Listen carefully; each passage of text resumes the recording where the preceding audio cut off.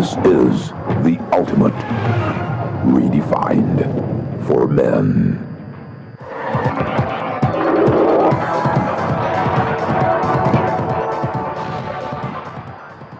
Welcome to Sports News. Super Eagles coach Stephen Cashley has released a list of 26 home-based players to kickstart the team's camping program ahead of next month's 2017 Africa Cup of Nations qualifier against Chad. Familiar faces Daniel Akpe, Solomon Kwambe, Chibuzo Okonkwo, Azubike Egweke, Rabiu Ali, Kunle Odulami, Bola Salami and Ezekiel Mba are all included in the squad.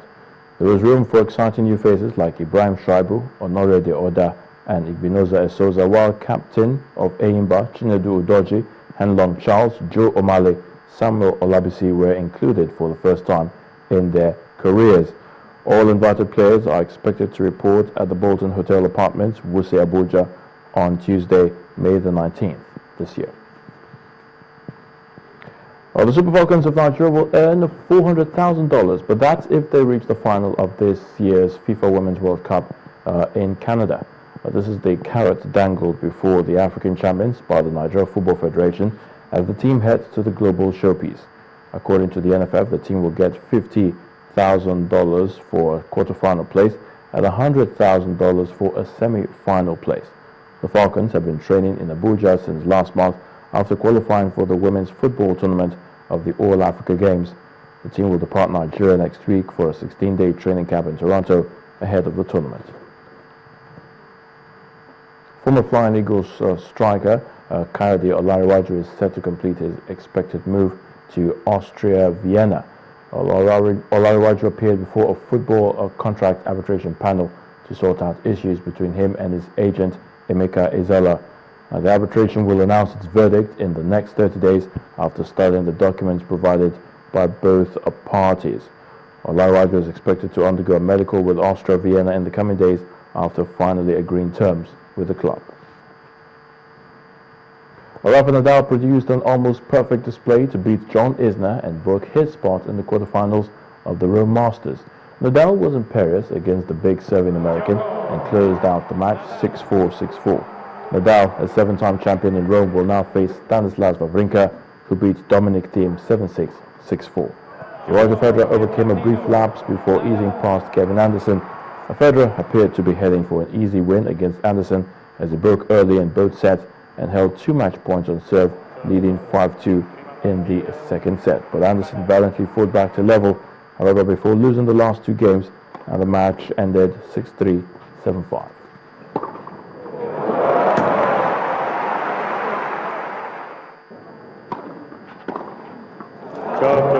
Anderson.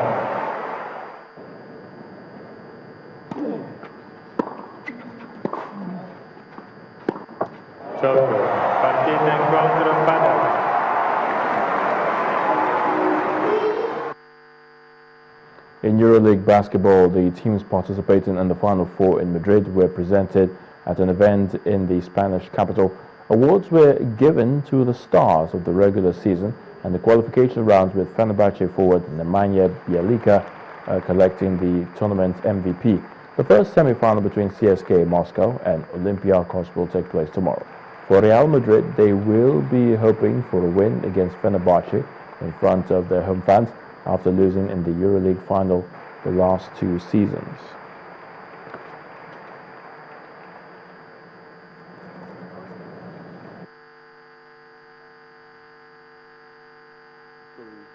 I would like to mention that we're proud, me personal and all the members of the club, that CSKA is again present in one Final Four.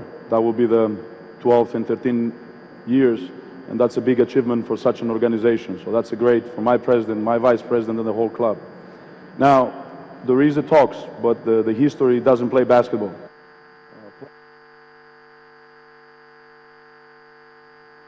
And that's a wrap on Sports News. I'm Ayotunde Balogun. The news at 10 continues shortly.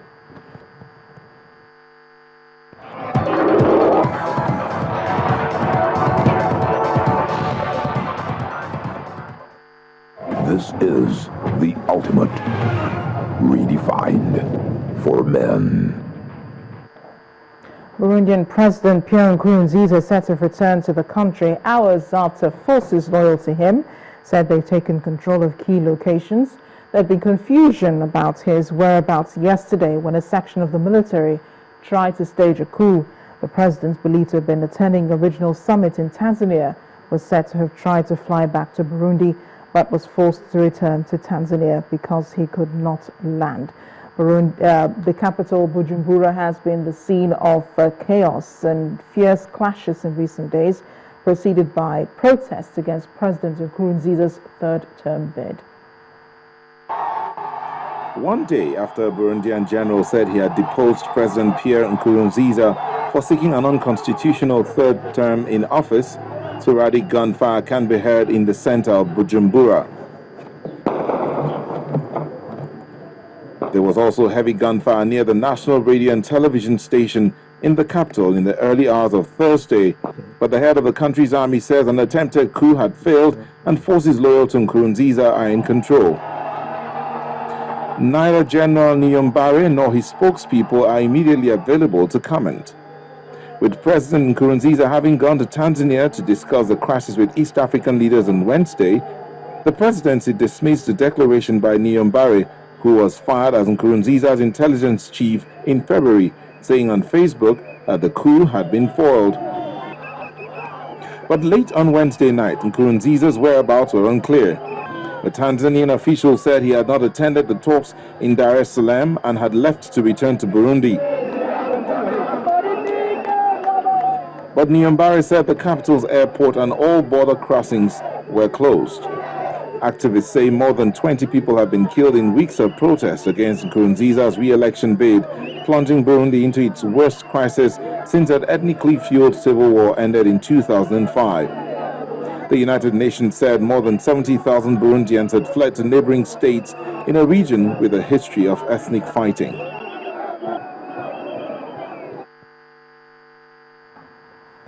And the main news again. Former central bank governor, now Emir of Kano, Muhammadu Sanusi II, has again raised alarm over missing NNPC funds, insisting that $18.5 billion remains unaccounted for.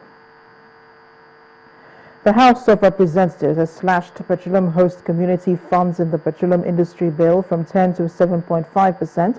The lower chamber made this change as it continued with the clause-by-clause consideration of the petroleum industry bill at plenary. The channel's television team is in the United Kingdom ahead of the launch of the station on B-Sky B platform.